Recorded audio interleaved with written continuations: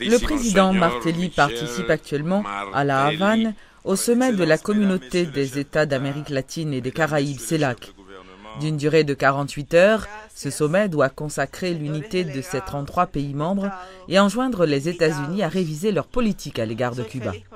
En présence du secrétaire général de l'ONU, Ban Ki-moon, le sommet a été ouvert par le président Raúl Castro, qui a succédé à son frère Fidel en 2006 et continue d'incarner la résistance progressiste latino-américaine. Rappelons que la CELAC a été créée pour s'opposer aux États-Unis, mais les organisations régionales sont nombreuses en Amérique latine et la réalité, c'est que la plupart de ces pays ont des ambitions économiques très différentes de celles de Cuba. Le Premier ministre Laurent Lamotte se trouve actuellement à Addis Abeba en Éthiopie pour participer à la 22e session de l'Union africaine. Haïti y est l'invité d'honneur et plusieurs chefs de gouvernement participeront à ces assises qui se dérouleront notamment autour de politiques et stratégies mises en branle pour dynamiser l'agriculture africaine et pour lutter contre l'insécurité alimentaire sur le continent. Monsieur Lamotte, qui a informé que l'année 2014 est décrétée comme étant l'année de l'agriculture en Haïti, cette session de l'Union africaine est un moyen de s'informer sur les efforts consentis par l'Éthiopie pour relancer son agriculture, qui représente aujourd'hui près de 80% de la croissance atteinte par ce pays ces dernières années. Le chef du gouvernement, dans son discours, devra donc parler de l'importance du continent africain pour Haïti, car, dit-il, Haïti est l'Afrique des Caraïbes. Haïti doit reprendre contact avec ses racines et reprendre ses valeurs afin de les mettre en relief. Il entend demander également qu'Haïti soit membre de l'Union africaine et mettre en exergue les efforts de nos aïeux pour faire d'Haïti la première république noire indépendante du monde. Ce sera par ailleurs l'occasion pour Laurent Lamotte d'expliquer l'importance accordée par son gouvernement à la coopération sud-sud qui, croit-il, est très importante pour les petits pays comme Haïti. Les cours n'ont toujours pas repris dans les lycées publics de la capitale, et ce malgré l'accord trouvé entre le ministère de l'Éducation nationale et les syndicats d'enseignants. Mais contrairement aux autres jours, les élèves n'ont pas gagné les rues pour manifester car la police nationale avait déployé un important dispositif de sécurité afin d'empêcher des dérapages. En prévision, des policiers étaient également postés devant les écoles publiques et privées et selon un professeur interrogé par Radio-Télé Métropole, les écoliers qui étaient dans les rues avaient pour habitude de faire l'école buissonnière. Ça, lycée a gagné, et comme principe, en pile, l'autre école est passé chercher le lycée pour aller faire des autres dans la rue. Les élèves n'ont pas de sortir dehors, ils rejoignent l'autre élève dehors, qui gagne uniforme lycée Pétion, ils sortent avec eux, mais le groupe qui est entré à travailler, pas gagne qui sorti, ils fait preuve, ils n'ont pas sorti allant des autres dans la rue. Bon, nous-mêmes responsables, nous pas connaissons ça, parce que si les gens dans la rue, ils ne pas entrer dans le lycée, ils rejoignent dehors, là, ils fait des autres, nous-mêmes responsables, nous ne pas nous voir, nous ne pas jamais voir. Mais le va jamais bon, et journaliste, pour élèves à craser vite machine, il n'est pas bon. Si moun c'est l'école li pas dans craser vite station al dans craser vite ça sont l'autre effet négatif pour l'école li pas bon ni pas jamais travailler normalement que pose vini qui observe grève là tout qui vini dans lieu de travail yo chita yo observe yo pas travail dans semaine dernière là mais kounya là tant pour matin gen pour qui vini qui travaille malgré nous avons un effectif très réduit nous travaillons au moins à 35-40%. Le sociologue Daniel Supplice déplore la récupération politique du mouvement des lycéens. L'ex-ministre des Haïtiens vivant à l'étranger, qui était invité à la rubrique Le Point ce mercredi, a estimé par ailleurs que les violences et la nature des actes de vandalisme dont se sont rendus coupables des élèves dénotent d'une crise sociétale et relèvent sur certains points de la psychiatrie. Il faut que nous permettre que des spécialistes sur question ça, sur question de désordre mental ça étudier pour essayer de comprendre qui message que le poté l'on fait ça. Sociologie étudie le comportement monde, rapport entre monde, là son rapport avec un facteur dégradant que même les cap fait là, il dégradant pour lui. Maintenant, mettez l'élève dehors dans la rue, à mon sens, dans l'expérience PAM, ils ont un arrière-goût et un arrière-odeur de politique. Puisque ils ont manipulation de tout le monde, puisque samedi dans la rue, il y a des sous-chaînes par exemple. C'était même pas des étudiants, c'était des écoliers. On a parlé des adolescents, 12, 13, 14 ans, qui dans la rue, qui fait de brigandage à caser vite machine ou amusement. Là encore, c'est des problèmes de société extrêmement importants. Là où il y a des adolescents dans la rue. On dit grave, extrêmement grave. Extrêmement grave. Pour câble clair. Les jeunes gens dans la rue, il y a crasé vite machine, la police oblige à réagir, et malheureusement, une police m'a profité de ça, qui est mal équipée, puisque moi, je connais que le type de bail, c'est bâton, c'est bouclier, et gaz. C'est de l'auto parfois. C'est de l'eau parfois, gaz, dans certains cas peut-être. Mais là, voilà qu'il s'agit maintenant de mineurs, donc obligé à manipuler dans certains gens. Ensuite, il ne faut pas oublier que dans le pays, ça, nous avons une histoire. Et nous connaissons qu'il y a des gens qui sont morts en Tigouave. Gonaïve, novembre 85, il y a 3 gens qui sont morts suite à des manifestations. Donc, en même temps, on doit faire très attention aussi pour que la pas dégénérer dans une situation de violence telle pour qu'il n'y ait aucun incident côté. Nous ne pouvons pas remettre ça, il y a des gens qui sont morts. Donc, quand tu vois tout ça, moi, je pense qu'on est en train de vivre une situation qui est une situation politique. Il y a une manipulation politique de certains secteurs qui ont utilisé les gens à des fins politiques. Et je pense que ce n'est pas sérieux, ce n'est pas honnête. Et le papa l'aboutit à rien, puisque le problème, ce n'est pas ça. S'il y a un problème avec les professeurs et l'éducation nationale, ce problème doit se résoudre sur une table de négociation et en adulte. Plus d'une centaine d'organisations de la société civile se sont rassemblées en vue de travailler à l'unification de ce secteur. À la suite d'un pré-congrès de 3 jours qui s'est tenu à la Croix-des-Bouquets, une coordination nationale provisoire a été mise sur pied. Dotée d'un mandat de 2 ans, cette structure devra entre autres réaliser le grand congrès de l'entente haïtienne. Une initiative qui entend réunir autour d'une même table l'ensemble des secteurs de la vie nationale pour ouvrir un vrai débat sur les problèmes structurels du pays.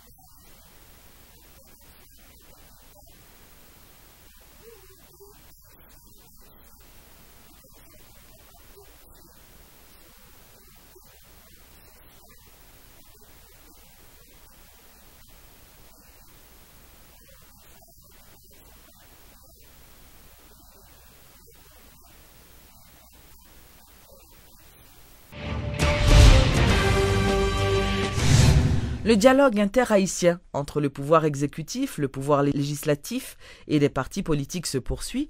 Le thème de la gouvernance est toujours en discussion.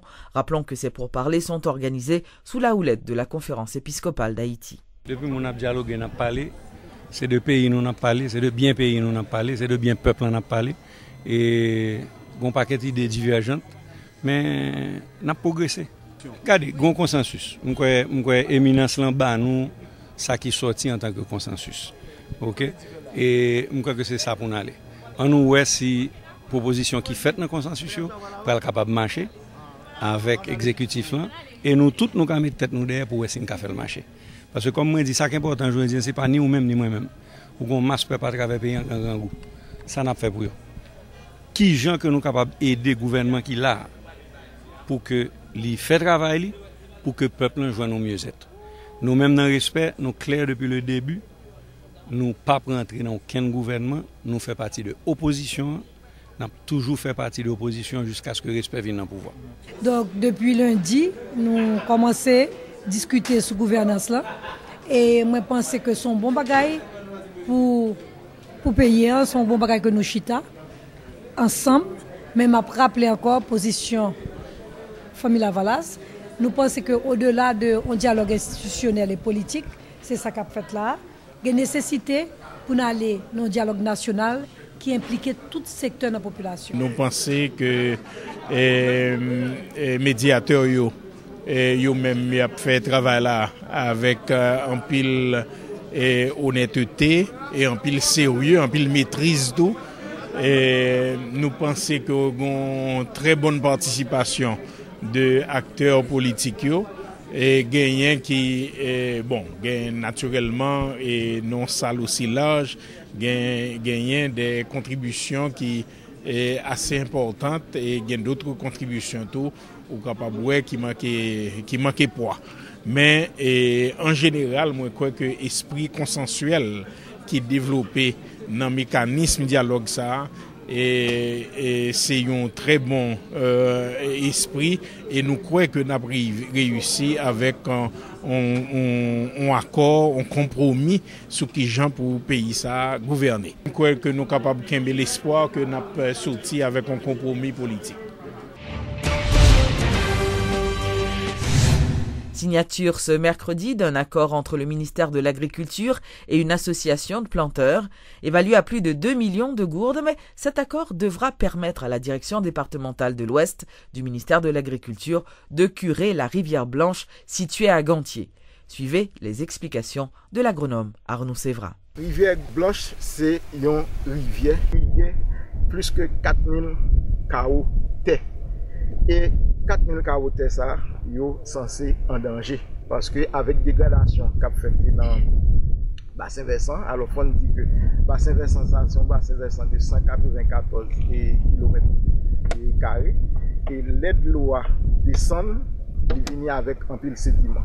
Et sédiment, ça, ils ont bloqué l'eau et tracé qui était gagné pendant longtemps, il est censé pas exister en certains points, et parce que Portland pas tellement raide, qui fait que une fois que l'arrivée côté nous là dans siphon, il gagne l'albaï habitation le problème. Nous signons un protocole d'accord avec ANAPA pour capable de tracer 5,5 km qui va le permettre puis devant que yo curer pour plus terre capable irriguer dans la zone là.